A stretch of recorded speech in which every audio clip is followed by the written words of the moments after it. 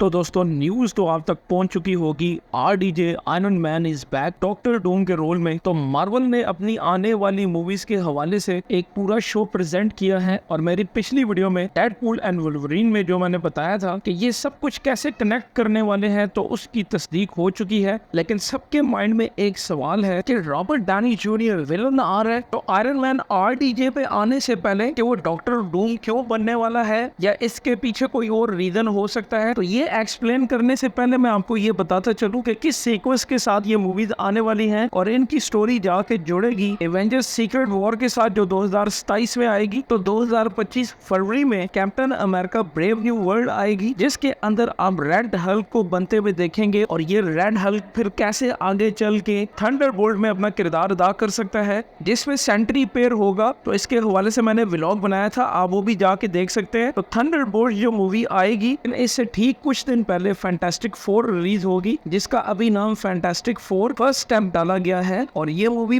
25 जुलाई 2025 को रिलीज होगी। तो मार्वल कॉमिक कॉन में इस मूवी के हवाले से जो एक क्लिप दिखाया है जिसमें गैलेक्टस का हेड दिखाया जाता है जो कि मार्वल यूनिवर्स का एक बहुत ताकतवर कैरेक्टर है। तो आई थिंक आप में से ज्यादातर लोग इसके बारे में जानते होंगे, लेकिन जो नहीं जानते उनको मैं बता दूं कि फैंटास्टिक 4 की जो मूवी रिलीज हुई थी उसके अंदर जो आपने कैरेक्टर देखा था सिल्वर सर्फर, तो गैलेक्टस इस सिल्वर सर्फर का बॉस है और सिल्वर सर्फर का ये काम होता है कि वो गैलेक्टस के लिए नए नए यूनिवर्स तलाश करता है और गैलेक्टस इन यूनिवर्स को खाता है और इससे इसको एनर्जी मिलती है, यानी ये इन यूनिवर्स की एनर्जी से ही जिंदा रहता है। तो ऐसे ही कुछ लग रहा है गैलेक्टस ही मेन विलन हो सकता है। तो 2005 में रिलीज होने वाली फैंटास्टिक 4 में विलन डॉक्टर डूम था जिसे विक्टर वॉन डूम कहते हैं। तो इस मूवी के नेक्स्ट मंथ में जो आप मूवी देखेंगे वो थंडरबोल्ट्स होगी जिसमें आप सेंट्री को देखेंगे और मार्वल कॉमिक कॉन में सेंट्री को भी अपेयर किया गया है, स्टेज के ऊपर दिखाया गया है, नाम नहीं लिया गया सेंट्री के नाम से, लेकिन ये कैरेक्टर सामने आ चुका है। तो अब इस मूवी के बाद जो अगली मूवी आएगी वो आएगी एवेंजर्स डूम्सडे। अब जो इस मूवी का जो मेन विलन है वो डॉक्टर डूम है और कॉमिक के हिसाब से भी यही बनता है। तो अब उस सवाल पे आते हैं जो सबके माइंड में चल रहा है कि क्या आरडीजे विलन आएगा।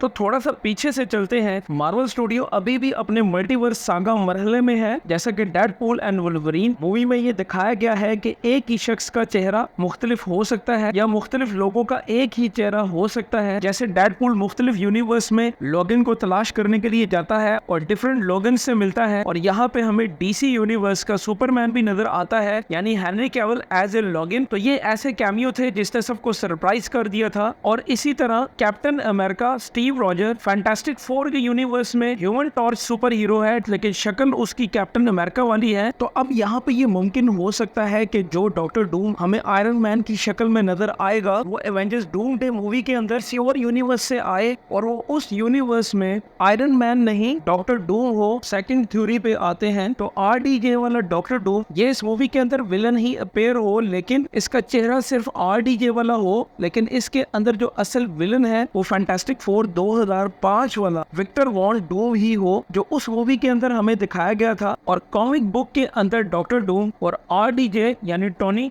दोनों मिलकर काम करते हैं। ये दोनों अपनी महारत और मशीनरी को कुछ बड़े मकासद और पॉइंट्स के लिए इस्तेमाल करते हैं। जहां टोनी स्टार्क और विक्टर वॉन डूम कॉलेज के रूममेट होते हैं और ये दोनों बहुत इंटेलिजेंट होते हैं और डॉक्टर डूम जहनों को तब्दील करने के भी काबिल होता है, यानी वो अपने माइंड को किसी दूसरे शख्स के साथ तब्दील भी कर सकता है। और यहाँ वो टोनी का दोस्त इसीलिए बना होता है कि वो इसके माइंड को तब्दील करना चाहता है। तो अगर आप गौर करें तो मार्वल कॉमिक कॉन के अंदर एक जुमला बोला गया है, New mask.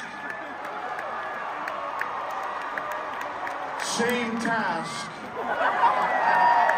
नया मास्क वही काम। तो अगर इस थ्योरी को कॉमिक के हिसाब से देखा जाए तो इससे आपको ये समझने में आसानी हो सकती है कि नजर आने वाला टोनी स्टार्क वो वही विक्टर वॉन डूम हो। तो इस तरह की और भी काफी थ्योरीज पेश की जा सकती हैं, लेकिन एवेंजर्स एंड गेम के अंदर जो टोनी स्टार्क हमें मरता हुआ नजर आया है तो वो दफन हो चुका है। तो यहाँ पे इस चीज के इम्कानात जरा थोड़े कम है कि नजर आने वाला डॉक्टर डूम जो कि टोनी स्टार्क होने वाला है वो अर्थ 616 यानी कि एवेंजर्स वाला ही टोनी स्टार्क हो, क्योंकि क्योंकि उसे तो दफन कर दिया गया है, लेकिन यहाँ पे एक चीज आपको सामने रखनी पड़ेगी कि गैलेक्टस किसी मरे हुए को वापस रीजनरेट करने की भी ताकत है। तो मैं इस बात को यहीं पे रोकता हूँ, इससे आगे नहीं बढ़ूंगा। तो इससे आप अंदाजा लगा सकते हैं कि क्या क्या हो सकता है। तो अब यहाँ पे ये सवाल पैदा होता है कि डॉक्टर डूम क्या ये ऐसा वर्ल्ड थ्रेट होगा जो डिफरेंट यूनिवर्स के हीरोज को इकट्ठा होने पे मजबूर कर देगा। जैसे कि मैं अपनी इन वीडियोस में कहता आ रहा हूँ कि ये सब कुछ कनेक्टेड है,